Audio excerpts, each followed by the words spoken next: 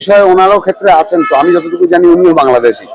তো সেই জায়গা থেকে দাঁড়িয়ে এসআইআরটা যদি ঠিকঠাক হয় তাহলে ওনার পরিবারেও সমস্যা হতে পারে। মানে সেই কারণেই উনি বাঁচাতে হ্যাঁ, উনি একদম পরিবার তন্ত্রের রাজনীতি করেন।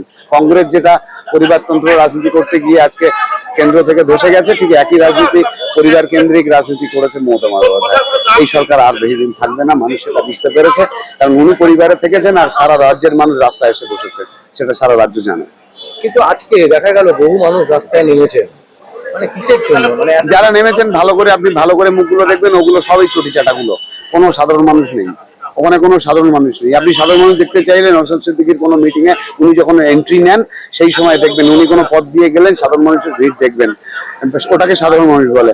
আজকে মমতা বন্দ্যোপাধ্যায়ের সঙ্গে যারা হাঁটছেন তারা সবাই ওনার বিধায়ক বা কোনো টিএমসি নেতা, ওরা কোনো সাধারণ মানুষ নয়, ওরা সবাই চেটে চেটে খেয়েছে। আজকে যদি দিদি সরে যায় ওদের সবার বাড়ি উজাড় হয়ে যাবে, ওরা সবাই অ্যারেস্ট হবে। এই জন্য ওনাদের কিছু করার নেই, মমতা বন্দ্যোপাধ্যায়ের সঙ্গে হাঁটতে হবে। ওরা সবাই জানে মমতা পাগলি, কিন্তু কিছু করার নেই, ওরা মেনে নিতে হবেই এবং পাগলির সাথে পাগলামো করতে হবে ওদের। আজকে একটা জিনিস লক্ষ্য করলাম, সেটা হচ্ছে যে কুণাল ঘোষকে একেবারে শেষের সারিতে রাখা হয়েছে। মানে যেখানে মমতা ব্যানার্জি প্রথম সারিতে, সেখানে কুণাল ঘোষ হচ্ছে একদম শেষ সারিতে মিছিলে। আসলে মজার ব্যাপার, কুণাল ঘোষ এমন একটা ক্যারেক্টার, আমি প্রথমবার কুণাল ঘোষের কথা আপনি আমাকে জিজ্ঞাসা করলেন। কুণাল ঘোষ আসলে কোনো রাজনৈতিক দলেরই নয়। উনি কোনো সময় সাংবাদিকতা করেছিলেন, কতটা ভালো সাংবাদিকতা করেছিলেন উনি সেটা বলতে পারবেন। উনি সব জায়গা থেকে করে খান। মমতা বুঝতে পেরেছে ও বড্ড করে খাচ্ছে, তাই এখন একটু পিছনে দিয়েছে। আবার দলের জন্য কাজ করবে বা দলের জন্য দুটো খারাপ কথা লোককে বলবে, উনি তো খারাপ কথা ছাড়া ভালো কথা বলতে পারেন না। চারটে ভালো কথা বাইট দিয়ে দেবে, তখন মমতা আবার ওকে প্রথম সারিতে নিয়ে আসবে। এখন ও অন্য দলের নামে খারাপ কথা বলছে না, তাই ওকে পিছনে রেখেছে। ও আর কোনো কাজে লাগে না, ওর দেশেরও কোনো কাজে লাগে না, ওর বাড়িরও কোনো কাজে লাগে না। তো মমতা বন্দ্যোপাধ্যায় এখন ওর কোনো কাজে লাগছে না, ওই লাস্টের সারিতে। বলছি, আমার শেষ প্রশ্ন সেটা হচ্ছে যে মুখ্যমন্ত্রী মমতা ব্যানার্জি, অভিষেক ব্যানার্জি এরা কি এসআইআরটাকে বন্ধ করতে পারবে? ওরা এসআইআর বন্ধ করার কে? তাহলে তো আমি বলবো উনি ওনার মতো মূর্খ দুনিয়ায় হয় না।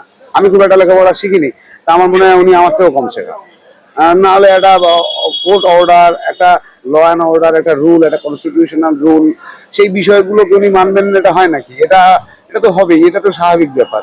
এবং সেই জন্যই তো তিনিই তো তার স্কুলের মাস্টারদেরকে বলেছেন যে আপনাদের অন ডিউটির মধ্যে কাজটা করতে হবে, যাতে কাজটাতে ব্যাঘাত ঘটানো হয়। কিন্তু যাই করুক না কেন সেটা তো একটা অন্য দিকে চলে যাচ্ছে। এই বিষয়টা তো হয়তো দেখা যাবে ল অ্যান্ড অর্ডারটাকে উনি এমন জায়গায় নিয়ে যাবেন, বিজেপির সুবিধা হবে, বিজেপি তখন হয়তো রাষ্ট্রপতি শাসন করিয়ে রাজ্যটাকে গ্রাস করবে। তো দুজনে মিলিতভাবেই সব করতে